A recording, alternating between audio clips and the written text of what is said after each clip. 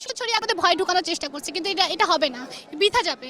আমরা ঢাবি স্টুডেন্ট কালকে বাবাকে বলে আসছি আজকে যদি মরে যাই আমার লাশটা যেন রাস্তা থেকে কেউ না তুলে। প্রয়োজনে শহীদ হবো, কিন্তু সংস্কার করে তবেই করে ফিরবো ইনশাল্লাহ। আমরা নারী শিক্ষার্থীরা কেউ ঘরে বসে থাকবো না, সবাই বের হয়ে আসবে।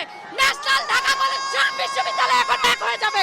সহিংসতা ছড়িয়ে আমাদের মধ্যে ভয় ঢুকানোর চেষ্টা করছে, কিন্তু এটা এটা হবে না, বৃথা যাবে। আমরা ঢাবি স্টুডেন্ট কালকে যেভাবে মার খেয়েছি, আমাদের ভাইদের যেভাবে মেরেছে, আমি নিজেও ইনজুরিতে আছি। আমি তারপর আজকে আন্দোলনে আসছি। আমরা কিন্তু দমে যাই না, এটা জাস্ট বোঝানোর জন্য যে ইনজুরি থেকে এই জন্য উঠে আসছি যে ঢাবির এখন পর্যন্ত কোনো আন্দোলন কিন্তু বৃথা যায় নাই।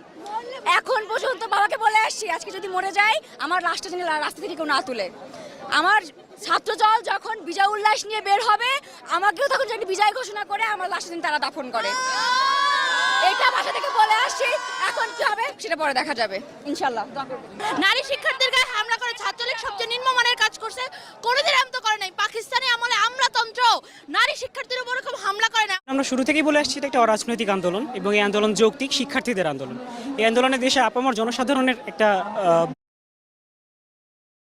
আপনারা কালকে দেখেছেন আমাদের কোনোই ইচ্ছা ছিল না মারামারি করার। একটা নির্দিষ্ট গোষ্ঠী, একটা নির্দিষ্ট দল, আমাদের নাম বলতে অসুবিধা নেই, সেটা ছাত্রলীগ, তারা এই আন্দোলনকে পরিকল্পিতভাবে রাজনৈতিক বানিয়েছে। এবং আপনারা যদি দেখেন গত পরশু মাননীয় প্রধানমন্ত্রী বলেছেন যে তিনি ঢাকা বিশ্ববিদ্যালয়ে এই লাঠি কিংবা ইটপাটকেলের বৃষ্টি, বন্দুকের ঝনঝনানি বাদ দিয়ে কলম তুলে দিয়েছেন, খাতা তুলে দিয়েছেন। একদিন পরে কিন্তু ছাত্রলীগ তাদের হাতে খাতা কলমগুলো দেখিয়ে দিয়েছে। এবং তাদের হাতে খাতা কলমগুলো কী ছিল? তাদের হাতে খাতা কলম ছিল হকি স্টিক, তারা নিয়ে এসেছিল রড, লোহা ইত্যাদি। এবং বারবার আমরা যেটা বলার চেষ্টা করেছি যে আসলে গতকাল কোনো সংঘর্ষই হয় নাই। কালকে যেটা হয়েছে সেটা হচ্ছে হামলা। সংঘর্ষ হওয়ার জন্য দুই পক্ষের মারামারি করতে হয়।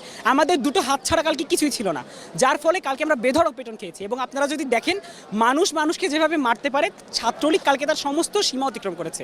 মেয়েদের গায়ে হাত তোলা হয়েছে, মেয়েদেরকে গায়ে পাথর বৃষ্টি করা হয়েছে এবং সেখানে কাউকে ছাড় দেওয়া হয় না, তারা কুকুর ফিরে যাব, এটা হতে পারে না। আমরা সুনিশ্চিতভাবে ওনাকে বলে দিচ্ছি, সুনির্দিষ্টভাবে বলে দিচ্ছি আমাদের দাবিটা যৌক্তিক।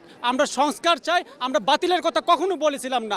উনি বিরক্ত হয়ে গেলেন, বাতিল করে দিলেন, আবার কুটকে দিয়ে আবার নিয়ে আসলেন। আমার 5টা ভাইয়ের রক্ত আজকে আমার বাংলার মাটি রঞ্জিত